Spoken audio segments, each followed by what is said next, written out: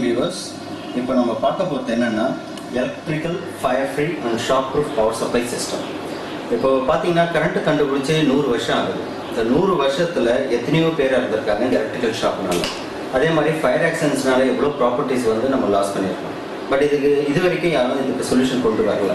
அதனால இப்போ நம்ம என்ன பண்ண போறோம்னா ஒரு டெமான்ஸ்ட்ரேஷன் கொடுக்க போறோம் இதை ஸ்டாப் பண்றதுக்கு. இந்த சொல்யூஷன் பாத்தீங்கன்னா இப்போ எக்ஸிஸ்டிங் ஷார்ட் சர்க்யூட்ஸோட பாசிபிலிட்டிஸ் என்னென்ன இருக்கு, ஏன் வந்து இப்போ ஃபயர் ஆக்சிடென்ட்ஸ் நிறைய நடக்குது. இப்போ பார்த்தீங்கன்னா லண்டனில் ரீசெண்டாக ஒரு பெரிய டிசாஸ்டர் நடந்தது, சென்னை சில்க்ஸ் ஒரு டிசாஸ்டர் நடந்தது. இதெல்லாம் காரணம் வந்து இந்த எலக்ட்ரிக்கல் சிஸ்டமில் யாருமே இது வரைக்கும் சொல்யூஷன் கொண்டு வராததுனால தான். இப்போ நம்ம ஃபர்ஸ்ட் டைம் இந்த சொல்யூஷன் கொண்டு வந்து உங்களுக்கு ப்ராக்டிக்கல் டெமோ காமிக்க போகிறோம். இதை பார்த்துட்டு அப்புறம் உங்களுக்கே ஒரு கான்ஃபிடென்ட் வரும், இந்த சிஸ்டம்னால நம்ம டோட்டலாக ஃபயர் ஆக்சிடென்ட்ஸை டோட்டலாக நம்ம அவாய்ட் பண்ண முடியும். There is no possibility at all. ஒரு வில்லனே நினச்சா கூட, எதிரியே நினச்சா கூட அந்த வீட்டில் வந்து ஃபயர் ஷார்ட் சர்க்யூட் பண்ணணும்னு நினச்சா கூட முடியாது. ஏன்னா இந்த சிஸ்டம் வந்து டோட்டலாக அவாய்ட் பண்ணிடும். இப்போ இந்த சார்ட்லேயே நீங்கள் பார்க்கலாம், இப்போ earth to phase short circuit ஆகுது அப்படின்னா நம்ம எக்ஸிஸ்டிங் பவர் சிஸ்டமில் ஸ்பார்க் இல்லைனா ஃபயர் நடக்கும். பட் நம்ம ஹை பவர், அதாவது இன்டெலிஜென்ட் பவர் சிஸ்டமில் வந்து இந்த மாதிரி நடக்க வாய்ப்பே கிடையாது. No effect at all. இப்போ பாருங்கள், இப்போ இந்த டெமோ கிட்டுக்கு என்னென்ன பண்ணியிருக்கோன்றது ஃபஸ்ட்டு உங்களுக்கு ஒரு இன்ட்ரோ கொடுத்துறோம். இது வந்து மெயின்ஸ் இன்புட், இது வந்து ஐசோலேட்டர்.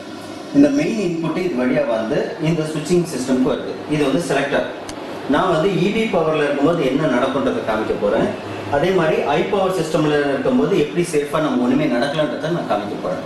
இப்போ இந்த டெமோ பாருங்கள், இது உலகத்திலே ஃபர்ஸ்ட் டைம் இந்த டெமோ நீங்கள் பார்க்க போகிறீங்க. ஓகேங்களா? ஏன்னா எங்கேயுமே கிடையாது இந்த மாதிரி சிஸ்டம். நீங்கள் வீட்லேயோ இல்லை வேறு இடத்துலையோ இந்த மாதிரி ட்ரை பண்ணிட்டாதீங்க.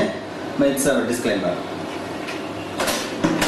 இப்போ பார்த்தீங்கன்னா நம்ம வீடு எல்லாமே கன்சீல்டாக இருக்குது. இப்போ பைப் லைன் எல்லாம் கன்சீல்டாக இருக்கிறதுனால நம்ம வெளியில் பார்க்க முடியாது. இந்த மாதிரி பஞ்ச் ஆஃப் ஒயர்ஸ் வந்து எல்லா பைப் லைன்லையும் ஒன்றா போகும். அது R phase, Y phase, B phase, neutral, earth, இந்த 5 ஒயரும் மிங்கிள் ஆகி ட்விஸ்ட் ஆகி தான் போகும். இப்போ சப்போஸ் இந்த ஃபயர் ஆக்சிடென்ட் எப்படி நடக்குதுன்னா, இந்த மாதிரி பைப்பில் வந்து என்ன ஆகும்னா ஒயர் வந்து மெல்ட் ஆக ஆரம்பிக்கும். எப்போ நம்ம ஓவர்லோட் கொடுக்கும்போது, இப்போ ஒரு லோடு இந்த ப்ளக் பாயிண்ட்ல இவ்வளோ லோடு தான் கொடுக்கணும் ஒரு ஸ்டாண்டர்ட் இருக்கு. இப்போ 1 ஆம்பியர் 1 ஸ்கொயர் ஒயர் போட்டிருக்கும் போது அதில் 10 ஆம்ப்ஸ் லோடு கொடுத்தாங்கன்னா, ஃபார் எக்ஸாம்பிள் ஃப்ரிட்ஜோ, வாஷிங் மிஷினோ, மைக்ரோவேவனோ இந்த மாதிரி ஹெவி லோட்ஸ் அதில் கொடுக்கும்போது அந்த 1 ஸ்கொயர் ஒயர் வந்து தாங்காது. அப்போ உள்ளுக்குள்ளேயே இந்த மாதிரி இந்த மெலிசான ஒயர்லாம் வந்து ஹீட் ஆகும். ஹீட் ஆகி அந்த ஸ்லீவ் எல்லாம் எரிஞ்சு போய் 2 ஃபேஸ் டு ஃபேஸ் ஷார்ட் ஆகும்போது தான் நம்ம ஃபயர் ஆக்சிடென்ட் நடக்குது. அப்படி ஷார்ட் ஆகும்போது என்ன ஆகுதுன்னா என்டையர் இப்போ கன்சில்டாக இருக்கிற பைப் லைன் ஒயர் எல்லாமே எரிய ஆரம்பிச்சு. அதனால தான் நம்ம ஃபயர் ஆக்சிடென்ட் ஷார்ட் சர்க்யூட்லாம் நடக்கும்போது நம்மளால அணைக்க முடியாது. ஏன்னா எல்லாமே கன்சில்டாக இருக்குது, நிறுத்த முடியாது.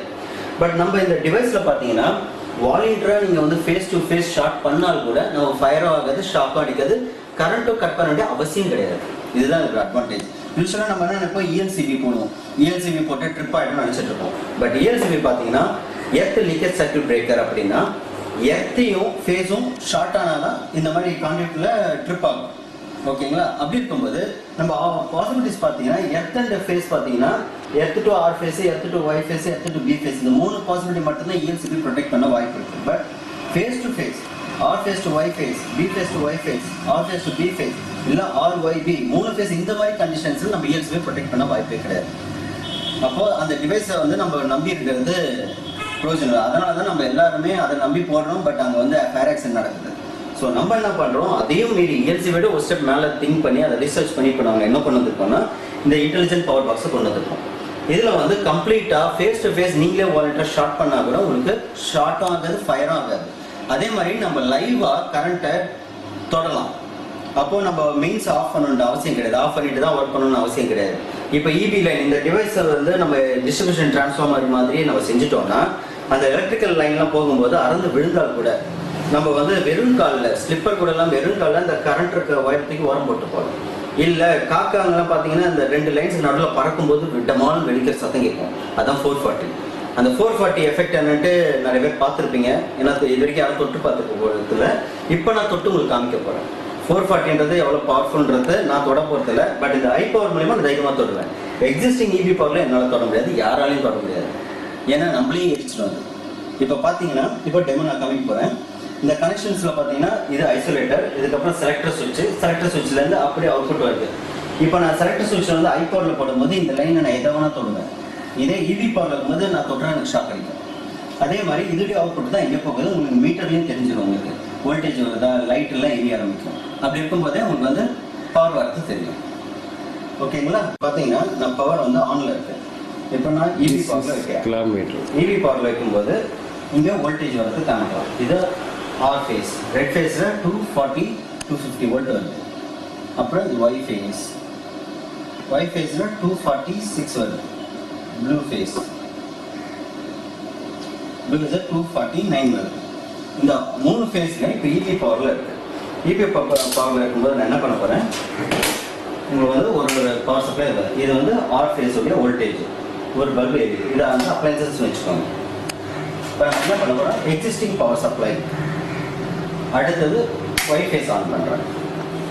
இது பி ஃபேஸ். இந்த மூணுமே இப்போ வந்து நமக்கு எக்ஸிஸ்டிங் பவர் சப்ளை. ஓகேங்களா? இந்த எக்ஸிஸ்டிங் பவர் சப்ளையில் இருக்கும்போது என்ன எஃபெக்ட் ஆகும் அப்படின்றத நம்ம பார்க்க போகிறோம்.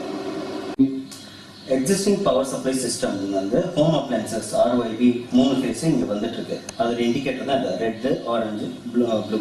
இந்த ஆருக்கும் பிக்கும் ஒரு ஷார்ட் சர்க்யூட் நடந்தால் எப்படி இருக்குன்றது ஒரு மெலிசான கம்பியை வந்து இங்கே கனெக்ட் பண்ணியிருக்கோம்.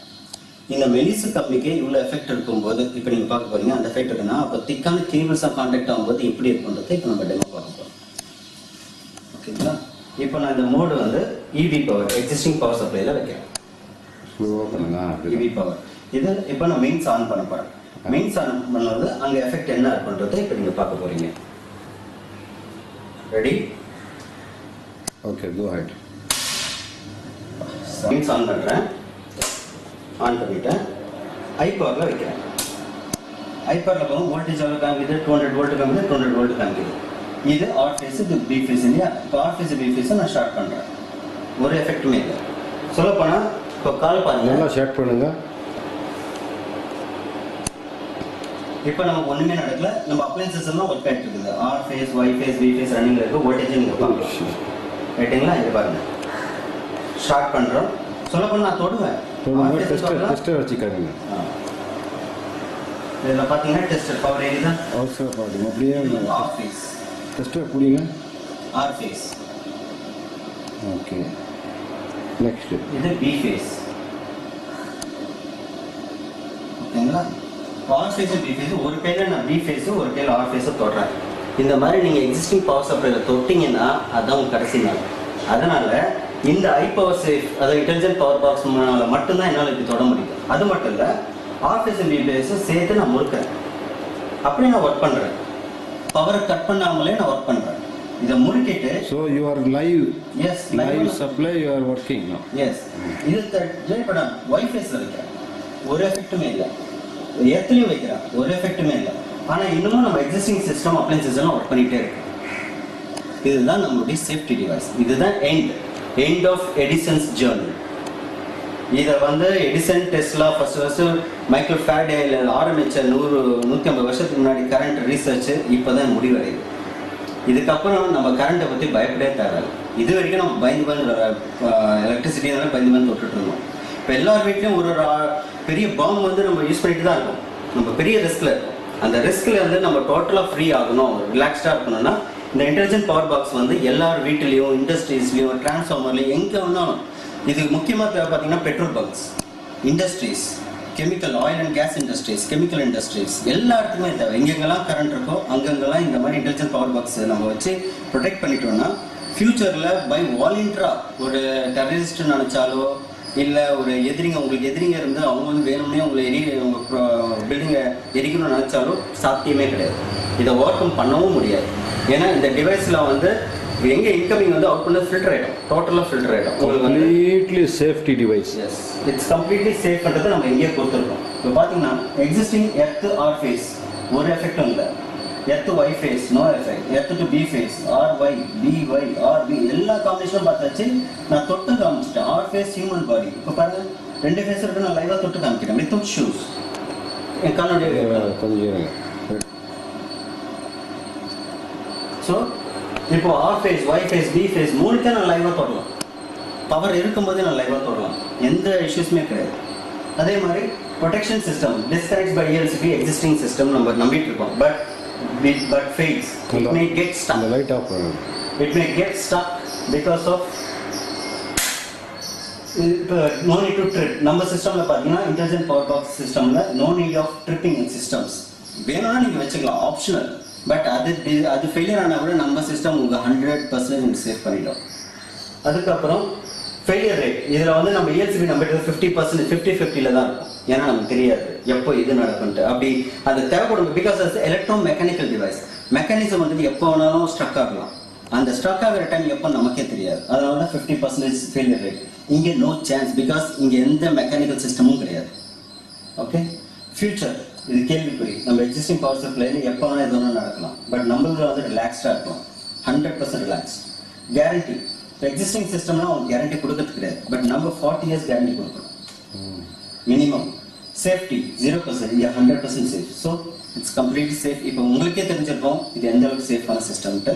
So hereafter go ahead. நம்ம தைரியமாக வந்து இந்த ப்ராடக்ட்டை யூஸ் பண்ணலான்றதை நான் இங்கே வேணால் ப்ரூவ் பண்ண தயாராக இருக்கேன். Thank you. Thank you very much.